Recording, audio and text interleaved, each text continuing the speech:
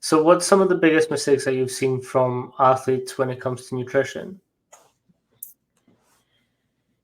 Just one, I mean, the biggest one, just not prioritizing it. Like, if you're not prioritizing it, if you're not even one step ahead interested in it, then you truly aren't caring. Not that you're not caring about your body, you're just not putting that effort in that could make you a good athlete into a great athlete. Mm. The other one I see is guys not prioritizing their bookending, their pre and post. In an off season, I have seen someone not gain muscle mass, and they come looking at me and coach, why didn't I gain muscle? I had this great, I've had this great program all off season. Okay, well, what are you doing eating wise? Were we following the recommendations? Were we following your meal plan? Yes or no? No, it wasn't. I didn't have time. I had to run to class. I get class is important. I get that your training session is important, but so is nutrition at the start for, and that's the biggest thing that I see mistake wise is it, you're not prioritizing it. And now you're not prioritizing your health of your muscles and the health of your body. And then it looks like on us, why didn't I change my body? What's Yeah. the thing? It's always nutrition.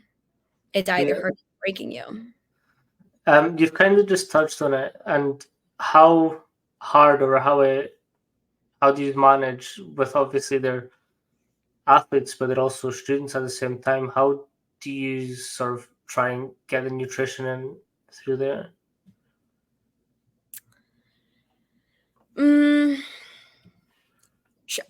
Say that one more time, just so I can understand the full complexity. Yeah. So obviously they're students and they're athletes at the same time.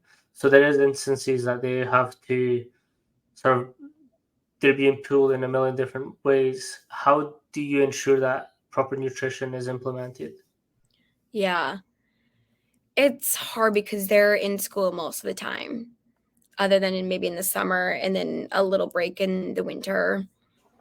Right now, we actually work with the academic liaisons with their academic advisors uh, on making sure that when they're done with practice, that they have enough time to get what they need to get done and get to class on time.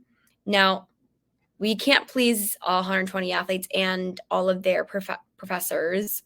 And so sometimes they do have to rush right out to class. And so I will work with their academic specialist to make sure that we have a to-go box ready for them to leave on the way to class. And so we have to make sure that the athletes meeting us in the middle, but we're also meeting them. If you're going from a 2.5 hour practice, not eating for 4 or 5 hours, and then you go to class, that's for 2 hours. Now you're not eating for 7. That's so detrimental. And so going back to education, making sure that they're aware of why we're pushing so much of that food and nutrition on them.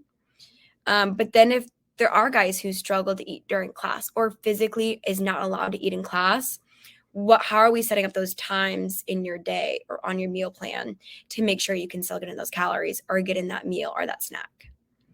Yeah. And so some guys have different plans with me, whether they're checking in with me at certain times of the day or that they grab a snack bag to take with them to class